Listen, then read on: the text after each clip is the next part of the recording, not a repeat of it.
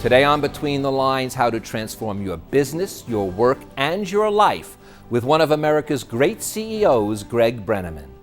Welcome, I'm Barry Kibrick. Greg is known throughout the world as the greatest business turnaround expert. As the former CEO of Continental Airlines and Burger King, he revived businesses while creating thousands of new jobs. As the chairman, president, and CEO of his private equity firm, CCMP, he continues his mission to help companies grow so they can create good jobs and spur the economy. With his book, Right Away and All at Once, he shares his secrets to transforming your business, your work, and most importantly, to do so while enriching your life. I'm a writer today because I was a reader when I was 11 years old, and it was... You do not need to prove your state of happiness to anybody. Most of these speeches were as much as a month in preparation.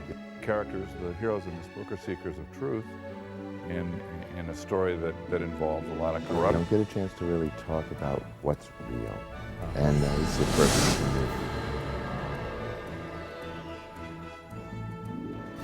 Greg, it is a pleasure to have you on the show. Welcome to Between the Lines. Thanks, Barry. It's a pleasure to be here. Well, I want to start off because you even say 5 steps in the subheading, but I'm going to let people know that the 5 steps, I'll mention them real quick. I just want to. You have to have a plan and track your progress. You have to build a good balance sheet. You have to think money in and money out. A little different, by the way, if you're thinking of it as personal. And you have to build a good team, and then, like you say, let the inmates run the asylum. But what I'm fascinated most about this is the fact that there's so many philosophical and psychological underpinnings that drive these 5 things. That's what I'm going to start with, if that's all right with you. Barry, I look forward to it. Great. Okay, so the first one is, you say this: stop trying to achieve the impossibility of work-life balance. Instead, focus on work-life integration. We always hear that term, balance your work and life. You say stop that. It's integrating them. That's the key.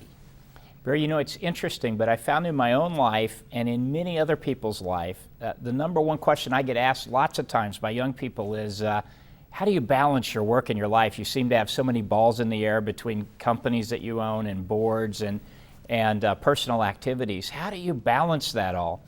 And I found out a long time ago that if I actually thought about trying to balance my work and my life, I was always failing at something.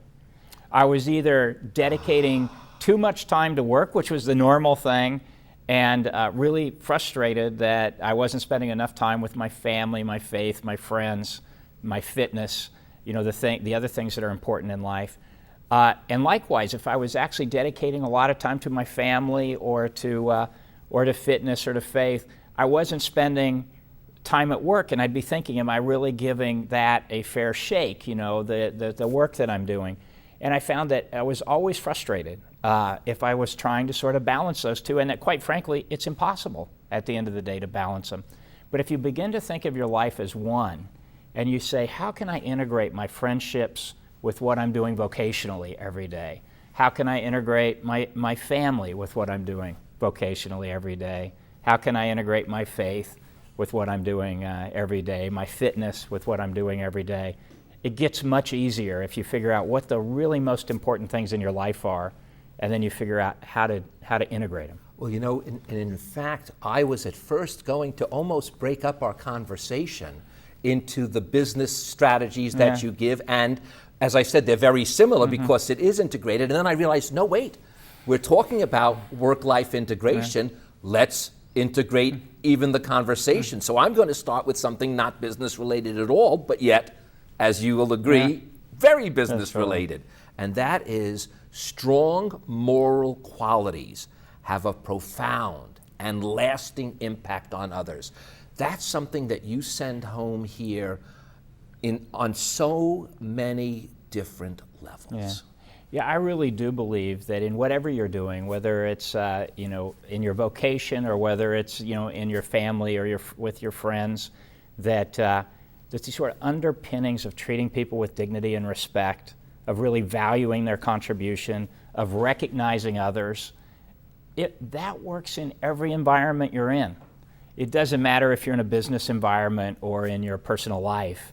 Those kind of core moral values of how you treat others, how you interact with people, the kind of things that you do as you're going about your day, the way you recognize people and the recognition that you give people is critical across all your life. Well, in fact, when you look at your own business and your own life, you say that you really view it as a mission.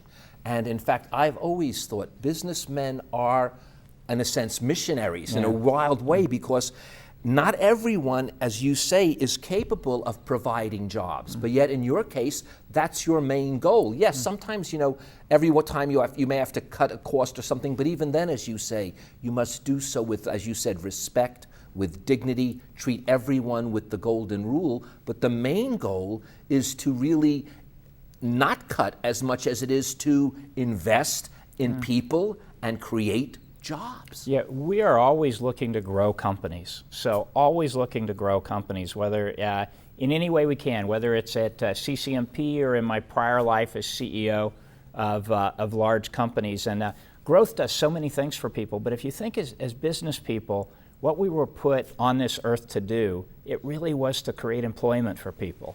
Think about what happens to a person that has a job versus someone that doesn't have a job. And we've all, if you've lived very long at all, you've all been through phases in your career where things have gone really well and then things haven't gone as well. And your whole self-confidence is so improved, your whole life is improved, your family's improved, if you can actually create and give someone a job. So I think the highest calling is actually to create jobs if you're a business person. But you say what's important, though, is to challenge yourself continually, because you have to constantly stay abreast of what is changing. Otherwise, you're not able to fix yourself or fix the businesses or fix your work. Yeah, no, it's absolutely true. It's the world changes very quickly, and you have to be a continual learner in that change and in what you're doing. And there's kind of no substitute for actually being intellectually inquisitive. It reminded me of what you wrote, and it was that when you integrate that work, as you say, work is not primarily the thing one does to live, but the thing one lives to do. And that's what gives that satisfaction. When you're able to create a job, that person now is not just working for a living, he's living for what he does. No, absolutely. Have a sense of purpose. That person has a sense of mission. And part of that sense of mission for all of us is to provide for those loved ones around us, right? So they can not only achieve for themselves in their occupation, but it has a trickle-down effect to everyone around them if they have that job. Now, you said in both business and in life, we do have to align our missions. We have to prune sometimes the people. But one of the things that struck home is you have to be involved both in business and in life, and I'm going to use your words, with people who leave you feeling better after you encounter them than before. Yeah, no, absolutely. In fact, Mitt Romney once told me that I worked with him when I was a consultant at Bain, and he said, in every interaction, Greg, you either gain share or you lose share with a person. And I thought that was fairly profound. And as you kind of translate that into the team you build around you, not only in your company, but also in your life, you actually want to build a team of people around you where you can pour into them and gain share, and quite frankly, you can take energy from them and they can kind of fill in for your blind spots and your weak spots as well. And you really need to be very conscious as you think about that, because for all of us, oftentimes if we do that inventory of what is our plan for our life, what's our plan for our business, and what team do we have around us, we'll find that we have one or two players around us, one or two team members that take up 80% of our time and add about 2% of the value. And when you find that happens, you owe it to yourself and you owe it to them to spend a little bit less time doing that and to begin to sort of surround yourself with people who can help you progress in your own life, and you can help them progress in their life as well. And you put that under the banner of servant leadership.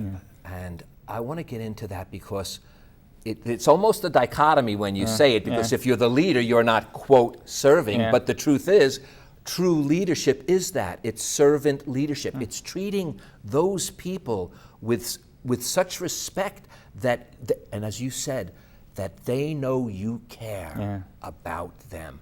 There's nothing more motivating, according to your message here, than if the people who you have brought in realize how much you sincerely care about them. There's no question. And let me just tell you a quick story on that I think will be interesting. Home Depot was founded by three amazing gentlemen who are still alive: Bernie Marcus, Arthur Blank, and Ken Langone. And they started with this concept of the orange-blooded associate, really dedicating themselves to customer service. And they built the company. It now has 425,000 associates that work for Home Depot. But a CEO came in 2007 by the name of Frank Blake. Frank just retired as CEO of Home Depot, one of the best CEOs I've ever seen. And I would call Frank on the weekends. Sometime I'm on the Home Depot board. I would call him on the weekends, and he was always in his office. And he spent Sunday every day while he was CEO writing 200 handwritten notes of thanks to the associates of Home Depot.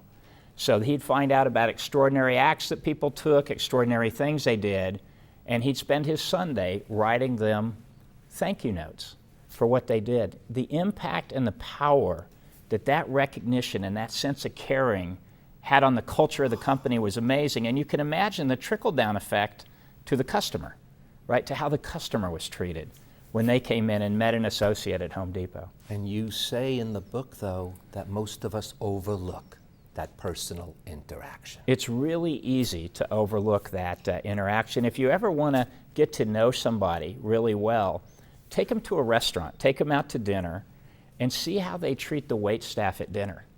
It'll tell you a lot about the person. But it is that personal interaction and that recognition and that kindness that often makes all the difference in the world and really sets the tone and the culture for your company. The mission, we talked about your mission, but as again, this is guidance for all of us. And in a sense, I think many people right now are struggling with finding their own mission. I know certain people, like my son, was almost born with it. Yet I know it took me quite a number of years to find it. And that's yet what really drives everything that we're talking about, whether it's the 5 steps, whether it's the 5 F's, as you said, from faith to friendship to fitness to fiscal to finance, and yet if we don't, it's scary. Yeah. If you don't know what you're going to do. Well, and I'd say we were put on this earth to work, those of us in business, and to create jobs. So what I tell people that haven't really found that passion yet is start there. Don't start by, just wondering what that is. Start by doing something. And I think in business, you might not know right away what it is that you are really moved to do, what you're called to do, if you will.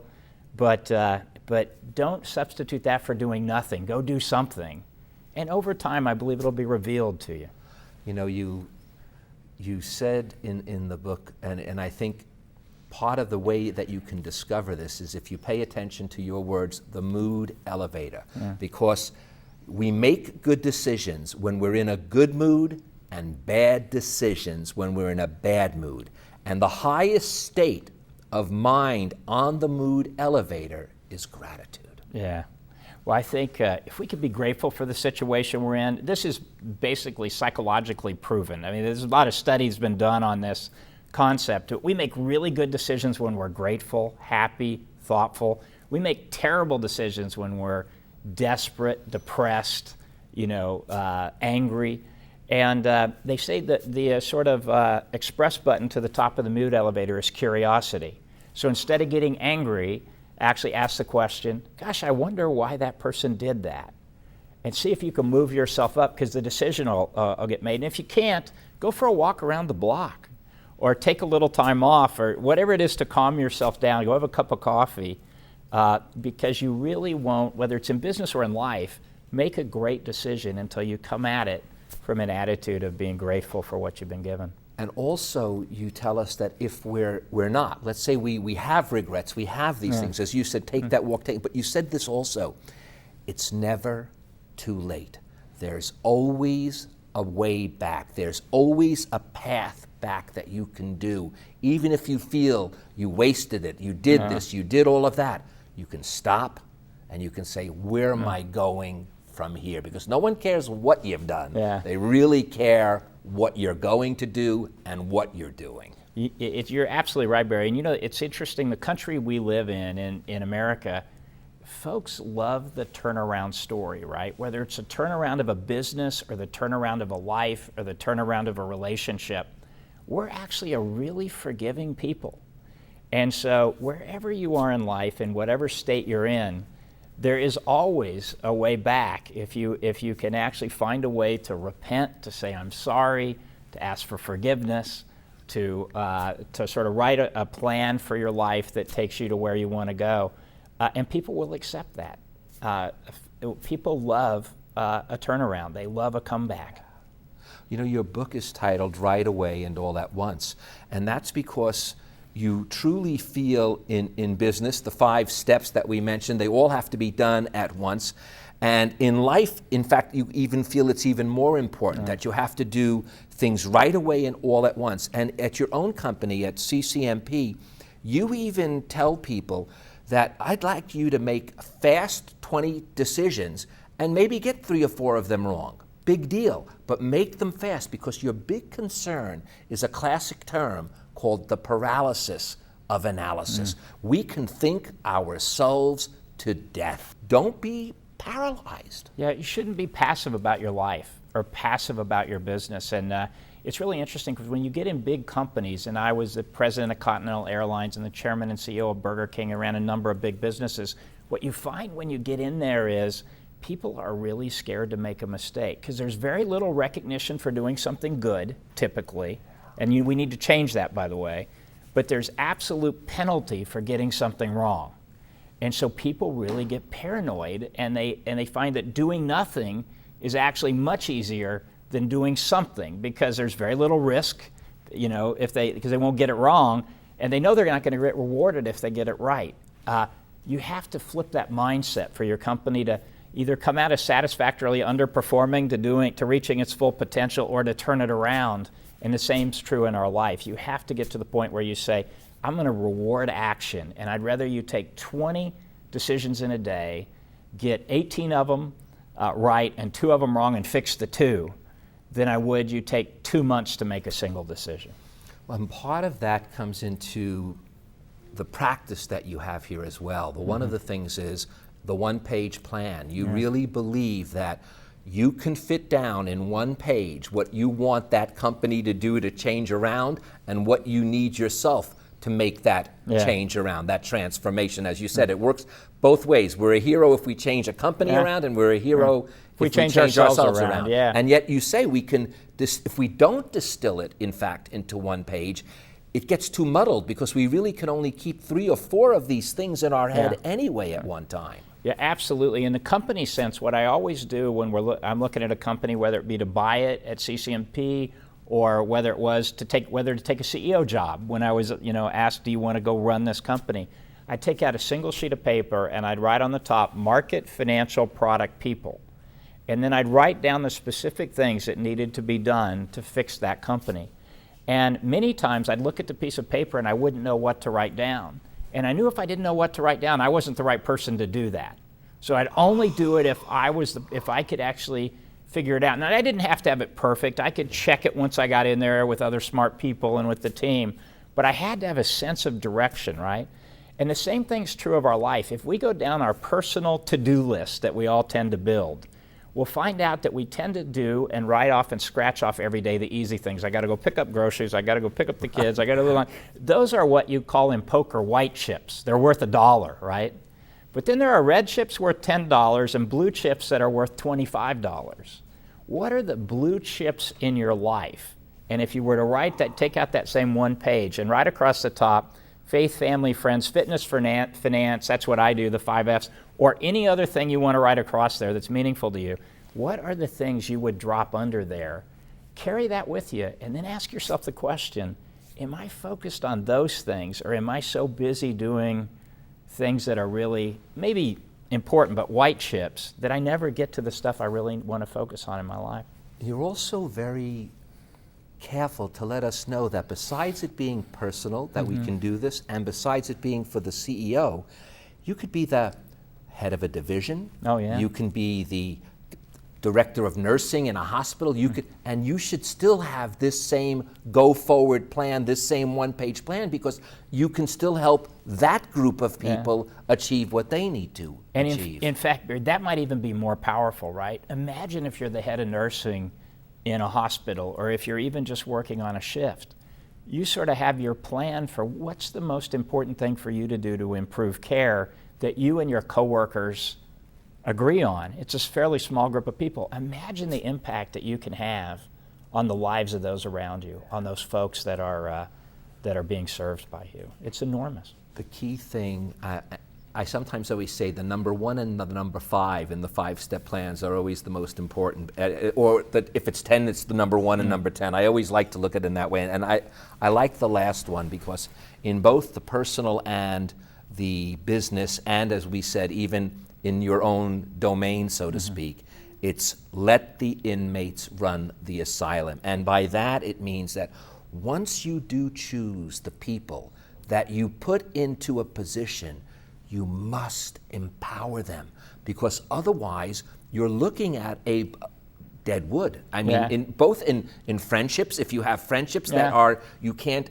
feel that those friends could run things for you if you could not, and in business. So it's truly a form of, when you say let the inmates run the asylum, it's really a form of empowerment. You have to empower people.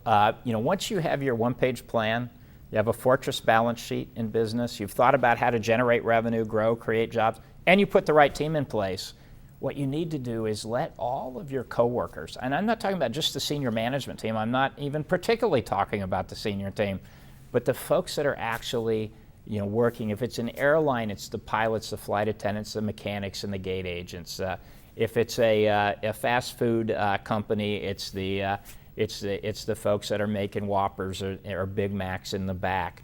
You have to give them a sense of empowerment and let them serve the customer in the right way. They're the front lines. They are your company to the customer. So if you treat them well and then you empower them and don't give them a whole bunch of rules and a whole bunch of thou shalt nots, but really allow them to reach their full potential, not only is their job a lot better, but your company's a lot better. Do I have to bleep out Whopper because you're the former CEO of Burger King? I haven't been there for a while, so you can leave it in or bleep it out. Yeah, I tried to get the Big Mac in there to provide you a little balance. Greg, just quickly before we go, because the book deals with this, I don't want to say in a serious tone, but in a meaningful tone, in a tone of wisdom. Yet you specifically say towards the end, almost more important than everything else, you've got to have fun. And the one thing my wife and I even said after we met you, we said, damn, does that guy just seem like he's having fun no matter what it is? You've got to have that fun, otherwise, well, why do you do it? It's no fun, you know? I have a tremendous amount of fun, Barry, in everything I do. One of the fun things Rhonda and I, my wife and I, started doing about 10 years ago is at Christmas time we started sending out books to all of our contacts, but mainly it's the CEOs and board members that I know. And we sent out about 600 at Christmas. I think 300 to get read, 300 to get thrown on the shelf. And of those, I get about 150 emails a year that says, can we sit down over breakfast or lunch or dinner and actually chat about that book and chat and just have a conversation about life. And it's often not a little bit about business, but mostly about, I've got a problem with my son or something's happening in my life that, I want to talk about in more detail. And as I travel around, what I do is I schedule those breakfast, lunches, and dinners. And that, you talk about integrating your life. That is so much more rewarding than you could ever imagine. So I try and make everything fun when I'm when I'm doing stuff. Oh, and it also creates an ease of effort. Yeah. I had an author on that used that term, and I thought it was so beautiful. An ease within the effort. That's Yeah. what joy Yeah. does for Brings, you, doesn't yeah. it? Absolutely. And if you can hit that top of the mood elevator, gratitude, and stay there as much as possible, and just be grateful for what you've been given, it actually makes a huge difference in life. Well, Greg, I can tell you one thing. I know my viewers as well as myself are so grateful that you joined us today. Thank you, sir. Thank you, Barry. Oh, it's my pleasure, and thank you all for joining us. Now, before Greg leaves, I'd like to leave you with these few more words from Right Away and All at Once. I feel fulfilled today in a way that I didn't a decade ago. Most of that happened because I learned to focus on work-life integration, not work-life balance. The choice has made my life simpler and much more enjoyable. I'm Barry Kibrick. Don't try to balance life and work. As Greg says, integrate them both, and you too will have a simpler and more joyous existence. Thank you so much, Greg. Thank you, Barry. My It's a pleasure. Closed captioning for Between the Lines with Barry Kibrick is made possible by your generous contributions to KLCS Education Foundation. Thank you for your support. To connect with Barry, like us on Facebook and follow us on Twitter at Barry Kibrick. And to contact Barry directly, watch past episodes of Between the Lines, and read his blog, visit us at barrykibrick.com.